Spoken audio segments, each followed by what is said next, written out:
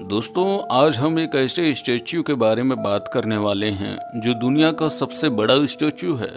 इसकी ऊंचाई 182 मीटर है और इसे 15 किलोमीटर दूर से भी देखा जा सकता है।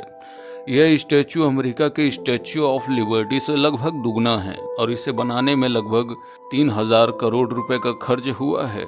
साथ ही साथ इसे बनाने के लिए देश के कोने कोने से लौह और स्टील लाए गए, वो अलग। इसे बनाने का मकसद था टूरिज्म को बढ़ावा देना। साथ ही साथ यह भी कहा गया कि इससे लोगों को रोजगार मिलेगा और बेरोजगारी कम होगी। और इसके बनने के 1 से 1.5 साल बाद क्या ऐसा हो पाया? क्या ये स्टैच्यू अपने इस मकसद में कामयाब हो पाया? क्या स्टैच्यू पर लगे 3000 करोड़ रुपए की भरपाई कभी हो पाएगी? अभी तक आप समझ गए होंगे कि हम किसकी बात कर रहे हैं। जी हाँ दोस्तों, हम बात कर रहे हैं स्टैच्यू ऑफ यूनिटी की।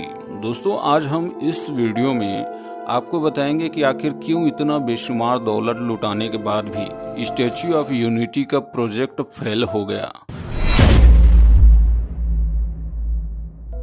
दोस्तों, दुनिया का सबसे बड़ा स्टैच्यू गुजरात के नर्मदा नदी पर सरदार सरोवर बांध से करीब 3.5 किलोमीटर दूर में बनाई गई है। यह स्टैच्यू भारत के लौह पुरुष कहे जाने वाले सरदार वल्लभ भाई पटेल की है। यह स्टैच्यू 180 किलोमीटर पर आवर की आंधी और 6.5 की तीव्रता वाला भूकंप आराम से सह सकता है। आखिर इतना सब होने के बाद भी यह स्टैच्यू फेल क्यों हुआ, चलिए जानते हैं। अगर हम बात करें इस स्टैच्यू की, तो इससे पहले दुनिया का सबसे ऊंचा स्टैच्यू चीन में बना था, जो कि भगवान बुद्ध का था।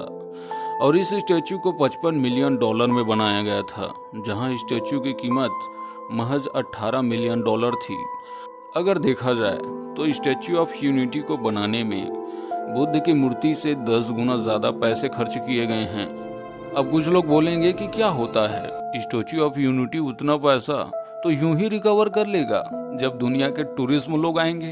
तो भाई साहब, आपकी जानकारी के लिए बता दूं कि 1 साल के डाटा को अगर देखें तो समझ में आता है कि माजरा क्या है।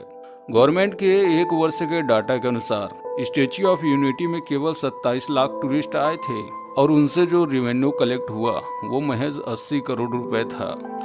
और अगर गवर्नमेंट 3000 करोड़ रुपए बैंक में सेविंग कर देती तो शायद उससे ज्यादा कमाई हो जाता। और दोस्तों, पहले साल के इतने प्रचार प्रसार के बाद महज 80 करोड़ रेवेन्यू मिल रहा है, तो हो सकता है दूसरे साल रेवेन्यू कम ही होगा। और दोस्तों, गवर्नमेंट ने इसका प्रचार प्रसार दिल्ली के मेट्रो से चेन्नई के सिटी तक किया है। और रही बात इसके मेंटेनेंस की, तो हमेशा इसका मेंटेनेंस यूं ही चलता रहेगा।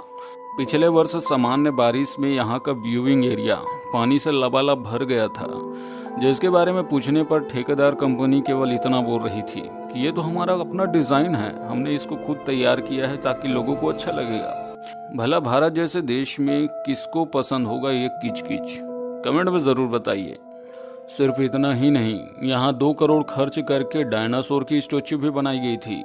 हैरानी की बात है कि यह स्टैच्यू महज हफ्ते भर में गिर गया। आखिर आप समझ गए होंगे कि आखिर कितने पैसों की बर्बादी हो रही है। बल्कि सरकार का तो यह दावा था कि स्टैच्यू ऑफ यूनिटी करीब हर साल 1 लाख करोड़ का रेवेन्यू जनरेट करेगा, बट ऐसा हुआ कहाँ। अब कुछ लोग सोच रहे होंगे कि यार लोगों को रोजगार तो मिल रहा है ना, तो आपको बता दूं कि इसके स्थान पर employed skill centre, hospital, school और तकनीकी संस्थान भी बनाया जा सकता था। अगर बात रोजगार की है तो मेरे हिसाब से उनको इससे ज्यादा रोजगार मुहैया होता। अब कई लोग सोच रहे होंगे कि यार हमने इससे लौह पुरुष को विरासत रूप दिया है, उसे सदा के लिए अमर किया है। तो आपको बता दूं कि सरदार पटेल खुद सरल, सहज, सादगी और मितव्ययी व्यक्ति थे। और अगर बात रही टूरिज्म डेस्टिनेशन की, तो इससे कम खर्च में बहुत सारे बेहतरीन टूरिज्म देश में मौजूद है, जहां पर हर साल लाखों सैलानी जाते हैं और करोड़ों की यहाँ से कमाई होती है। और ऐसे बहुत से टूरिज्म स्टैच्यू है जो दुनिया में भारत का परचम लहरा रहा है। तो दोस्तों, आपको क्या लगता है कि सरकार का इस स्टैच्यू पर 3000 करोड़ रुपए खर्च करना सही था या फिर गलत था? अपनी राय कमेंट बॉक्स में जरूर डालिए, मैं उसका इंतजार करूंगा।